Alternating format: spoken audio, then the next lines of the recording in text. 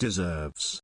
Meg going for broke to replace Kate touching Queen crown but miserably went bust. Meghan and Kate, Duchess of Cambridge, first met in early 2017 at Kensington Palace, just over a year before Meghan and Prince Harry tied the knot at Windsor Castle. It did not take long before rumours of a chasm opening up between the sisters-in-law began to hit the headlines. However, Graham Smith, CEO of anti-monarchy campaign group Republic, claimed that the Sussexes' dramatic departure from the firm was not solely down to the sister-in-law rift, but to the monarchy's inability to adapt.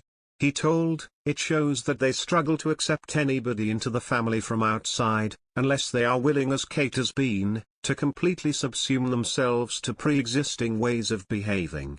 He claimed the Sussexes' new way of operating, away from the confines of the royal households, showed the royal family to be dysfunctional and incapable of being flexible or changing. Meghan and Harry stepped back from official duties in March 2020, relocating to Meghan's home state of California in the US.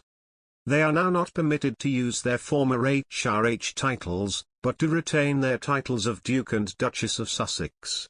On the royal rift, Tom Quinn, the author of Kensington Palace, an intimate memoir, said, "Meghan and Kate initially got on very well, but they are very, very different."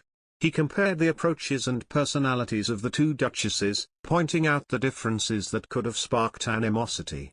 Kate wants to do things quietly, she wants to obey the rules, she takes advice. Meghan is a much more strident character who wanted to do things her way, so this caused a rift. The Sussexes moved out of the accommodation they shared with the Duke and Duchess of Cambridge in Kensington Palace by the end of 2018. Rumours then emerged about Meghan allegedly making Kate cry in an argument over dresses for the royal wedding. Meghan addressed the claims in her now infamous Oprah Winfrey interview, saying the opposite was true and it was the Duchess of Sussex who had broken down in tears. She said, "The issue was correct about flower girl dresses, and it made me cry and it really hurt my feelings. I thought in the context of everything else that was going on in those days leading to the wedding that it didn't make sense to not be just doing what everyone else was doing, which was try to be supportive, knowing what was going on with my dad and what not."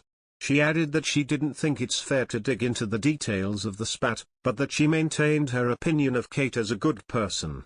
Recently, Meghan, 40, emerged as the winner in an analysis of global Google searches, media mentions and Instagram hashtags in 2021 for 29 of the most popular royals in the world. The Duchess of Sussex alone pulled in a total of 7.4 million Google searches a month. Across 2021, her name was featured in well over 1 million Instagram hashtags. Moreover, some 11,200 articles were written about Meghan across the world during the past year. This means, Meghan was mentioned and searched for online more than 8 million times, according to the research searched by Creative Resource Design Bundles. This number is twice as big as the results obtained for Queen Elizabeth II by researchers, 4,345,240. Kate, Duchess of Cambridge and future Princess of Wales, came in third, fetching some 4.2 million online mentions across 2021. While she was third in the overall chart, Kate triumphed when only the numbers of Instagram hashtags mentioning her were analyzed, as she gathered an impressive 1.3 million during 2021. As Prince Harry came in fourth in the chart, with a total of 3.8 million searches and online mentions, he and Meghan can be considered the most influential royal couple when it comes to these data. Rather impressively, the research demonstrated Princess Diana still exercises fascination and interest around the world, as she came in fifth with a total of 2.8 million online mentions and Google searches. 8 million online